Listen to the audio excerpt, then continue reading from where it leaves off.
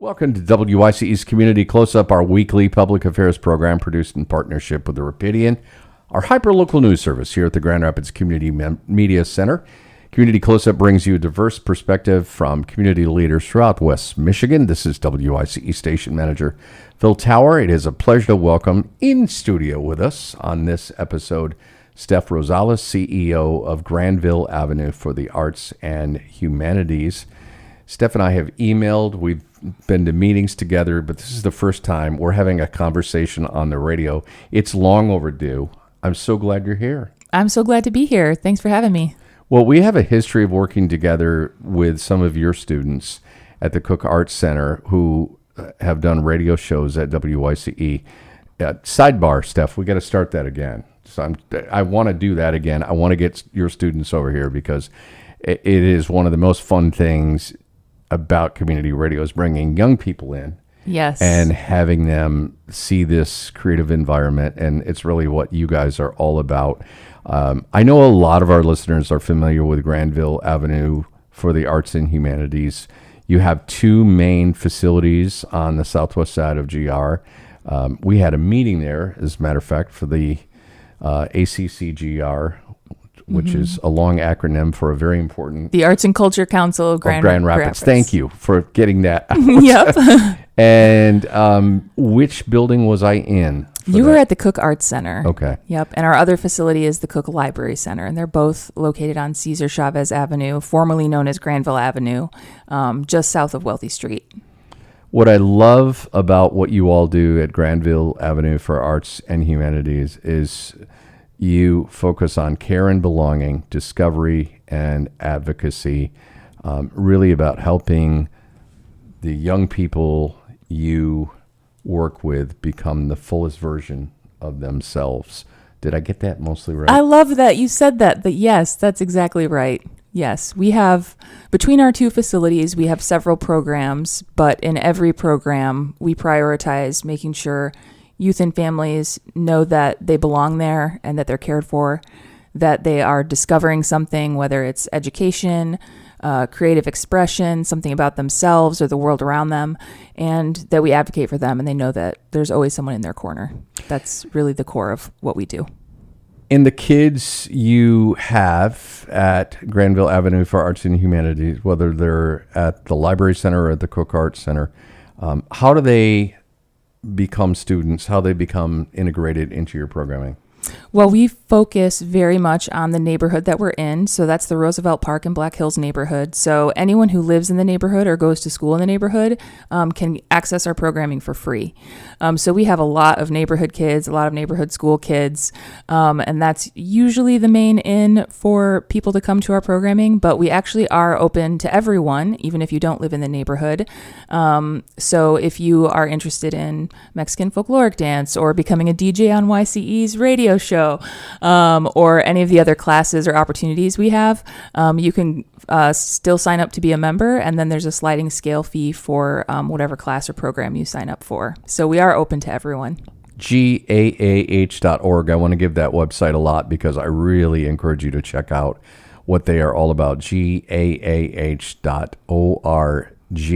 And maybe you even want to get involved. We'll be talking about that in just a moment because as we are talking here, and this is airing on the radio toward the end of the year, there are lots of things coming up, including a winter semester at Grandville Avenue for Arts and Humanities, the winter session.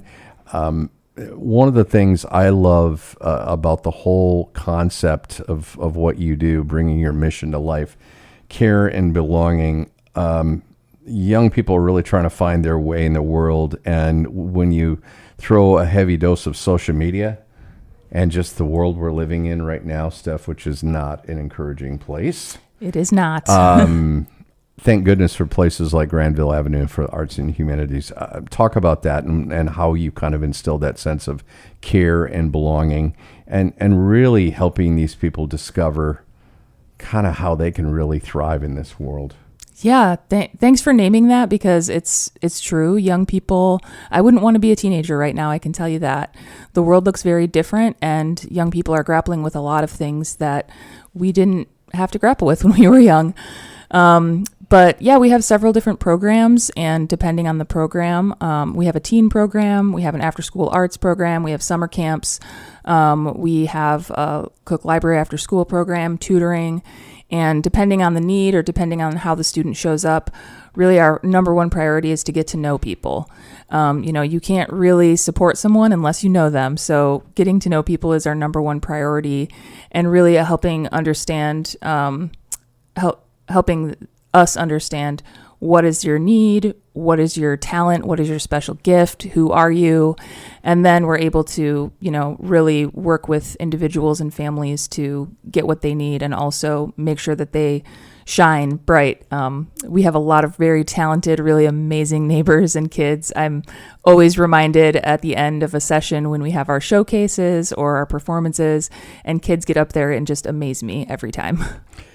Steff, you've been involved with Grandville Avenue for the Arts and Humanities since 2011, right? Yeah, I've been there a very long time. So let's rewind and let's get a little personal here. How did you first learn about them, and what was your first role there? Oh, wow. Trip down memory lane. I used to work at Cesar Chavez Elementary back when it was Hall School, actually. And I worked in the Loop program. And so I started working in the schools in that neighborhood. And after working in the schools for a while, I discovered Grandville Avenue Arts and Humanities and was like, oh, wow, what is this place? It feels very magical, and it feels like the place that I want to be as an artist and a musician myself. So I just went over and checked it out and eventually started working there. My first role there was a program director at the Arts Center. So Okay. I was developing and implementing programs on the ground with the kids. When did you know? Remember how little you were? What age you said, I want to be an artist, or you wanted to play music? Was there somebody who inspired you in your family? It was just an always, I always was a creative kid and a creative person. And it's funny because in high school, we didn't have a lot of opportunities in the city I grew up in, Elma, a town, not really a city. Yeah. So I played a lot of sports.